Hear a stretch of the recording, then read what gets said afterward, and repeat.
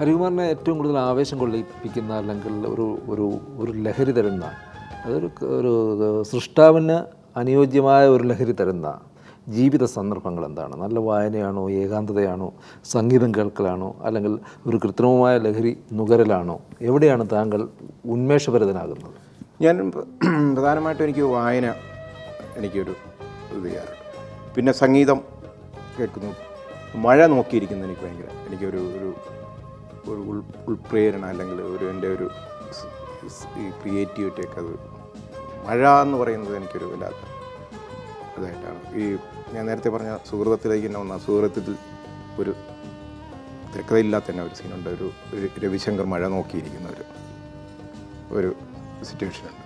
തീർച്ചയായിട്ടും രവിശങ്കറിനെ പോലെ ഒരു കലാകാരൻ മരണം മുഖാമുഖം മുന്നിൽ കാണുമ്പോൾ തീർച്ചയായിട്ടും അയാൾക്ക് നഷ്ടപ്പെടുന്ന ഈ മഴ, ഞാൻ നേരത്തെ പറഞ്ഞില്ലേ ഈ പ്രകൃതി മഴ എന്നൊക്കെ പറയുന്നത്, തീർച്ചയായിട്ടും അയാൾ നോക്കിയിരിക്കും. അങ്ങനെ നോക്കിയിരിക്കുന്ന ഒരു നന്നായിട്ട് മഴ നനഞ്ഞ ഒരു ബാല്യം ഉണ്ടായിട്ടുണ്ടോ? ഉണ്ട്, തീർച്ചയായിട്ടും. ഇപ്പോഴും എനിക്ക് ആഗ്രഹമുണ്ട് മഴയത്ത്. എവിടെയായിരുന്നു ബാല്യം?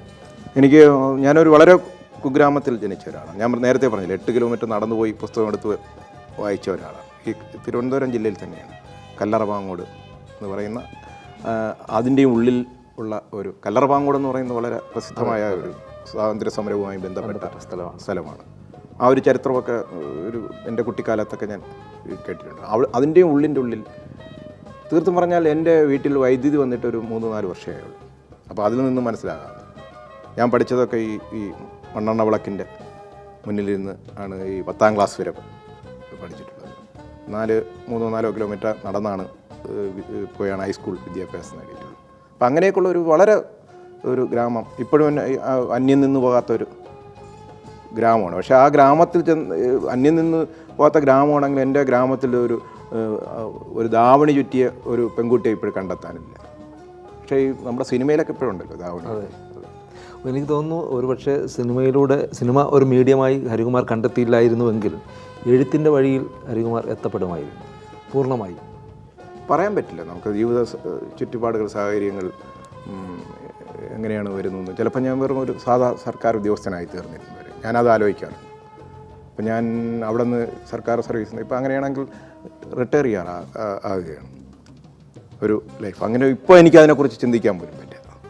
സർക്കാർ സർവീസിനായി റിട്ടയർമെൻറ്റ് വാങ്ങിച്ചിട്ട് ഞാൻ എന്ത് ചെയ്യുമായിരുന്നു. അടുത്ത കാലത്ത് മഴ നനഞ്ഞിട്ടുണ്ടോ? ആഗ്രഹിച്ചിരുന്നു. പക്ഷേ മഴ നനഞ്ഞാൽ പെട്ടെന്ന് പനി പിടിക്കുന്നുള്ള എന്നും ഈ വീട്ടിൽ ഭാര്യയും ഒക്കെ പറഞ്ഞ് പേടിപ്പെടുത്തുന്നുണ്ട്. പക്ഷേ അത് രഹസ്യമായിട്ടൊന്ന് നനഞ്ഞാട്ടുള്ളതെന്ന് ആഗ്രഹമുണ്ട്. മഴ നിറഞ്ഞ വഴിയിലൂടെ വീണ്ടും യാത്ര ചെയ്യാനും വലിയ സർഗാത്മകമായ ലഹരിയിൽ വീണ്ടും ഏർപ്പെടാനും അത്തരം ഉന്മേഷങ്ങളിലൂടെ വീണ്ടും പുതിയ വഴിത്താരകളിലൂടെ സിനിമയിലേക്കോ എഴുത്തിലേക്കോ കടന്നു ചെല്ലാനും ഇടയാകട്ടെ എന്ന് ആശംസിക്കുന്നു. നന്ദി. ഈ എബ്രഹാം മാത്യു പറഞ്ഞ ഒരുപാട് കാര്യങ്ങൾ പറഞ്ഞു. അതൊക്കെ നടക്കണം എന്ന് ഞാനും ഉള്ളുകൊണ്ട് ആഗ്രഹിക്കുന്നു. നന്ദി, നമസ്കാരം.